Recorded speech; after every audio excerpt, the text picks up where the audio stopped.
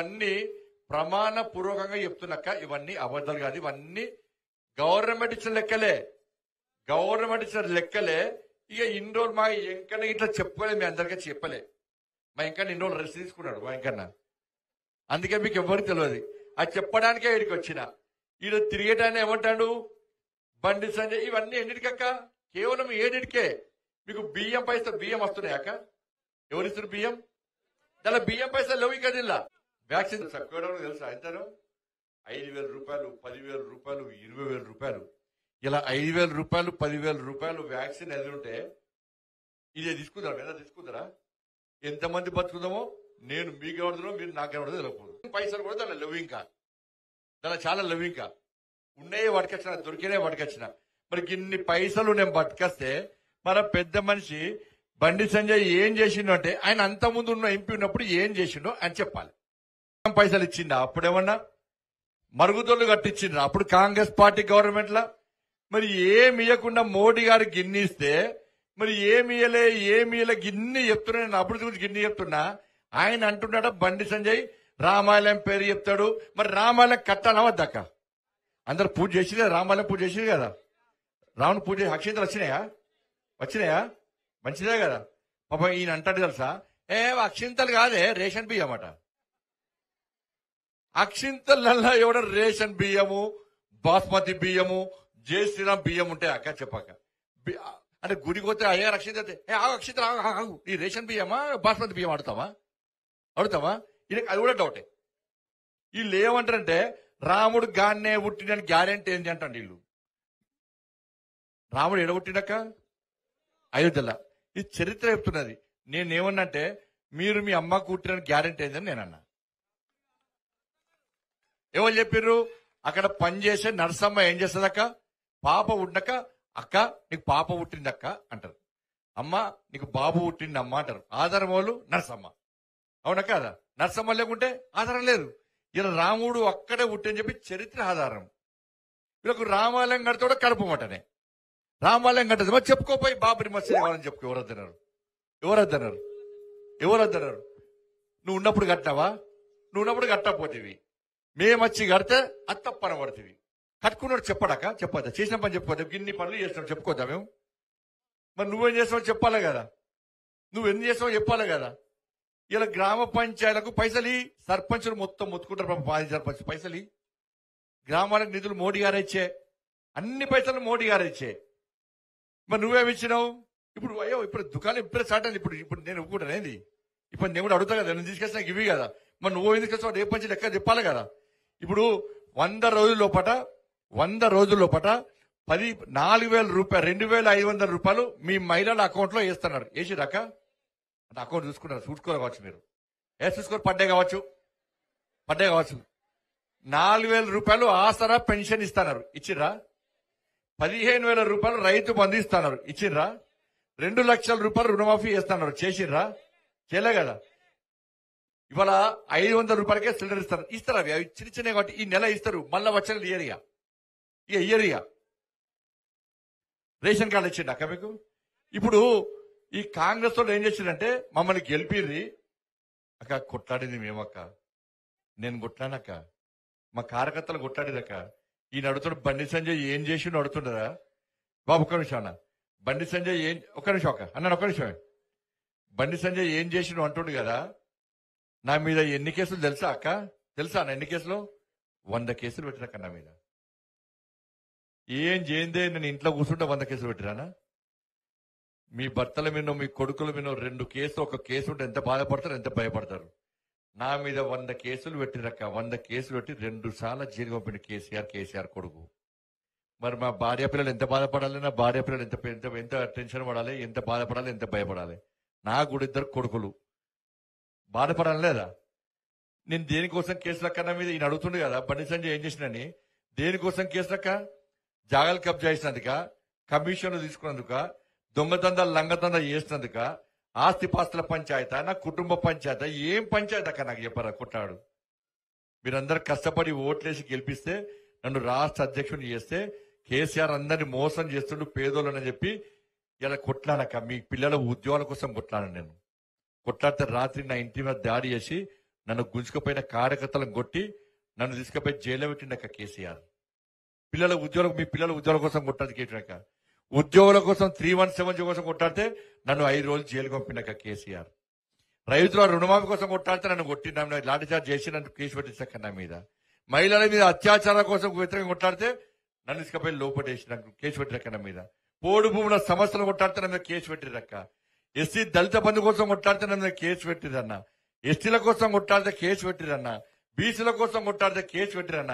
అగ్రవర్ణాల్లో పేదల రిజర్వేషన్ అమలు చేయాలంటే నా మీద కేసు పెట్టిరన్న. ఇట్లా 100 కేసులు పెట్టిరక్క. 100 కేసులను వెంచి ఎట్లా బతుకుతాడో, ఎట్లా బతకాలో ఒక్కసారి మీరు ఆలోచించండి. ఏ రోజు వీళ్ళక పైసలు సంపాదించుకోలే, ఏ రోజు వీళ్ళక ఏసీ రూమ్ లో కూర్చోలే, ఏ రోజు వీళ్ళక గ్లామర్ పెంచుకోలే, ఏ రోజు నిద్రారాలు మాని నా కుటుంబం, నా జీవితం నాశనమైనా కూడా, మా కార్యకర్తల జీవితాలు నాశనమైనా కూడా మా కుటుంబాన్ని దూరమై మీకోసం 24 గంటలు కొట్లాడి 150 రోజుల పాటు ఎండనక వాననక సలనక పాదయాత్ర చేసినాక మీకోసం ఈడు కూడా వచ్చినాక పాదయాత్ర చేసుకుంటా. ఎండలు తిరిగినా, వర్షాలు తిరిగినా, నడుము నొప్పి వచ్చినా, కాళ్ళ నొప్పి వచ్చినా, మెడల నొప్పి వచ్చినా, తలకాయ నొప్పి వచ్చినా, జ్వరం వచ్చినా, ఏం వచ్చినా కూడా ఎక్కడ రెస్ట్ తీసుకోకుండా 150 రోజుల పాటు పాదయాత్ర చేసినాక తిరుమని చెప్పు. వీళ్ళను ఒకరికి కాళ్ళు వస్తాయి, ఒకరికి నడుము వస్తుంది, ఒకరికి తలకాయ వస్తుంది, ఒకరికి బీపీ, ఒకరికి షుగర్.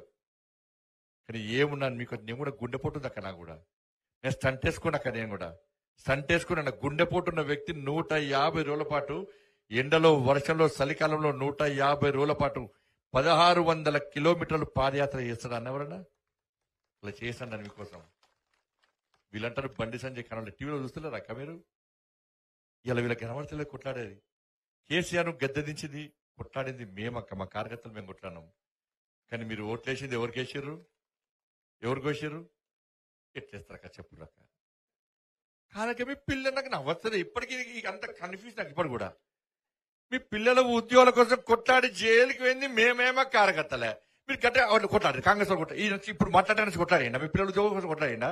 ఇప్పుడు నా మీద మాట్లాడుతుండు కదా, మీ పిల్లలకు ఉద్యోగాలు కావాలని చెప్పి టీఎస్పీఎస్సీ పేపర్ లీక్ చేస్తే ఈ పెద్ద మనిషి కొట్లాడిండా? మరి నేను కొట్లాడే జైలుకి పోతే మా పార్టీ కొట్టాలి, మరి గట్ట కొట్టేసి నాకు అర్థం కాలేదు. మీరు రైతుల కోసం నేను కొట్లాడితే మరి అడ్డ కొట్టేసారు అని కొట్లాడిండా? ఎట్లా కొట్టేసారు చెప్పాలన్నా? మరి కొట్లాడింది మేము, మా జీవితాలు ఖరాబ్ అయినాక మా కార్యకర్తలు అందరూ అడుగుతున్నారు, అన్న ఈ పేదల కోసం గింత కొట్లాడితే మన జీవితాలు నాశనం చేసుకుంటే. మా భార్య పిల్లలు ప్రశ్నిస్తున్నారు, నా పేదల కోసం గింత కొట్లాడితే మనకు ఓట్లేకపోయా కాంగ్రెస్ పార్టీకి ఓటేసే, కాంగ్రెస్ వాళ్ళు కొట్లాడకుండా ఓట్లేసారు, మనం ఎందుకు కొట్లాడాలి అంటున్నారు అన్న. ఏం చెప్పాలి? సమాధానం చెప్పు. ఇవాళ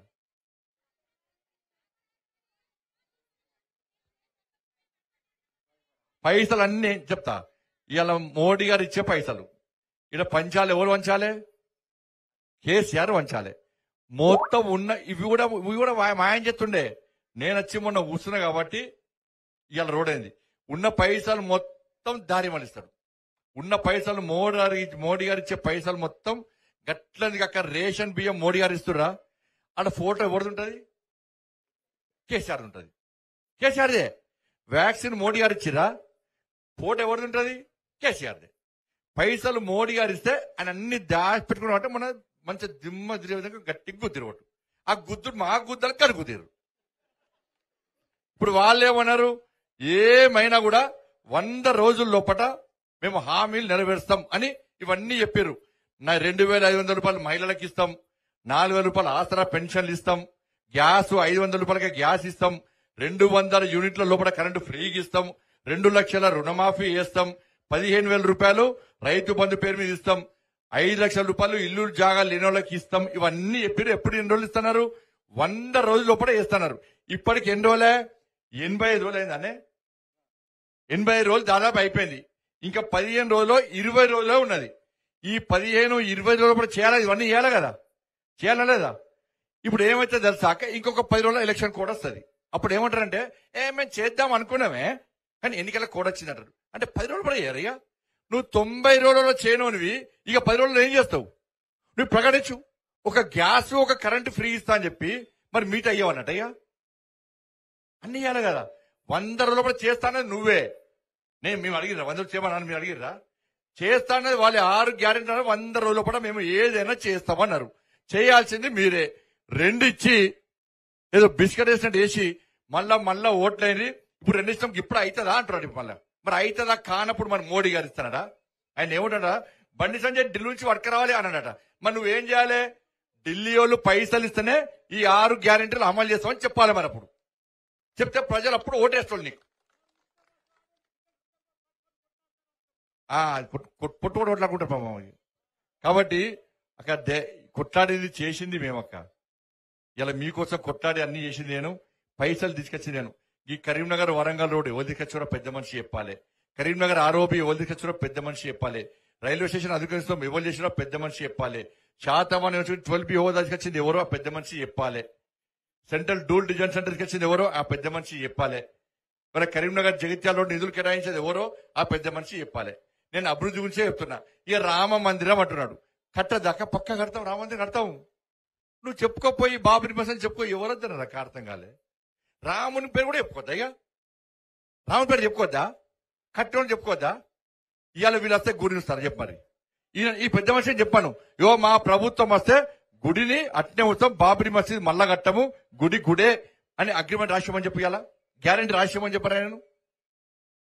కాబట్టి దయచేసి మాయమాటలు చెప్పి నేను ఏం చేసినో, రోడ్లు ఏం తెచ్చినో, గ్రామాలకు ఏం తెచ్చినో అన్ని చెప్పినాక మీకు మోడీ ప్రభుత్వం ఏం చేస్తుందో చెప్పినా, నేనేం చేసినో చెప్పినా. ఇలా ఆయన అంతకుముందు ఎంపీ ఉన్నప్పుడు ఏం చేసిండో, వాళ్ళ కాంగ్రెస్ పార్టీ ప్రభుత్వం ఉన్నప్పుడు ఏం చేసిండో ఆయన చెప్పాలి. బాగా చెప్తే అభివృద్ధి చెప్పాలి. అట్లా చెప్పకుండా మళ్ళీ ఏదో పడుతుంది మాట్లాడి టీవీలు చూపడుతున్నాయి, పేపర్లు రాస్తున్నాయి అని బండి సంజయ్ తిట్టడమే పని అనుకుంటే నేను దానికి పట్టించుకోను. ప్రజలు వాస్తవాలు అనుస్తారు, ప్రజలకు అన్ని తెలుసు. బండి సంజయ్ ఎట్లా కొట్టాడి తన జీవితాన్ని నాశనం చేసుకున్నాడు, ఎట్లా బండి సంజయ్ జైలుకు వెండు, బండి సంజయ్ మీద ఎన్ని కేసులేయో తెలంగాణ రాష్ట్ర ప్రజలకు తెలుసు. మీరు అధికారంలోకి ఎట్లా వచ్చిరో కూడా రాష్ట్ర ప్రజలకు తెలుసు. ఏడవైనా బండి సంజయ్ తెలంగాణ రాష్ట్ర ప్రజలు ఎందుకంటారో ఇలా పెద్ద మనిషి చెప్పాలి. ఆ పెద్ద మనిషే చెప్పింది చాలాసార్లు. కాబట్టి దయచేసి విమర్శించుకోవాలి, పొలైట్గా విమర్శించుకోవాలి. విమర్శలే ప్రాతిపదికన రాజకీయాల్లో పోటీ చేస్తామనుకుంటే అది ప్రజాస్వామ్యం కాదు. కాబట్టి నాకైతే అహంకారం లేదు. కానీ ఎప్పుడు ఇట్నే ఉంటాక నేను ఎంపీని కాకుండా కూడా ఎప్పుడు గిట్నే ఉంటాక, గిట్నే నవ్వుకుంటా మాట్లాడతా, గిట్నే అందరితో మాట్లాడతా, ఇట్నే సౌమ్యంగా ఉంటుంది తప్ప నాకెప్పుడు అహంకారం గర్వం ఎప్పుడు ఉండదు అక్క. నాకు నేను మీ లెక్కనే, నేను మోడీ లెక్కనే. నేను మోడీ గారు చాలా పెద్ద మంచి పేదోడు కాబట్టి, పేదోళ్ళ కష్టాలు తెలుసు కాబట్టి గిన్నిచ్చారు. కాబట్టి దయచేసి ఆలోచించండి. ఎవరికి ఇవి మోడీ ఎన్నికలు, ఇవి దేశానికి సంబంధించిన ఎన్నికలు. వాళ్ళ నరేంద్ర మోడీ గారు ప్రధానమంత్రి కావాలన్నా, లేకుంటే వాళ్ళు రాహుల్ గాంధీని ప్రధానమంత్రి చేస్తామని చెప్తలేరు వాళ్ళు. మరి పెట్టుకొని రాహుల్ గాంధీని ప్రధానమంత్రి చేస్తామని చెప్పుకొని తిరగాల లేదా? తిరుగుతలేడు. కాబట్టి దయచేసి వాస్తవాలు ఉంచాక ఈ చెప్పిన లెక్కలన్నీ కరెక్ట్ అని చెప్పినాయి. నేను ప్రమాణపూర్వకంగా చెప్తున్నా. ఆయన నచ్చి కాదని చెప్పురి. నేను దేనికంటే దాన్ని సిద్ధం. మా వాళ్ళు వస్తారు, పక్కా వస్తారు. కాబట్టి ధైర్యంగా ఓచేదాకా ఓట్లు వేస్తారు కదా. మోడీ గారిని ప్రధానమంత్రి చేసుడే కదా. మోడీ గారిని ప్రధానమంత్రి చేయకుండా గుడి పోయి మసీదు అవుతుంది. చేసుకోరు మళ్ళీ పూజ మంచిగా, అంతేనా కదా? తప్పక చెప్పు తప్ప. మరి దయచేసి అందరూ ఒక్కరి కోటేది నరేంద్ర మోడీ గారిని ప్రధానమంత్రి చేయాల్సిందిగా మీ అందరికీ 2 చేతులు జోడించి వేడుకుంటూ ధైర్యంగా ఓచేదాకా పోవచ్చు కదా. పక్క భారత్ మాతాకి జై శ్రీరామ్, జై శ్రీరామ్, జై శ్రీరామ్. నరేంద్ర మోడీ గారి నాయకత్వం, జేపీ నడ్డా గారి నాయకత్వం, కిషన్ రెడ్డి గారి నాయకత్వం. భారత్ మాతాకి.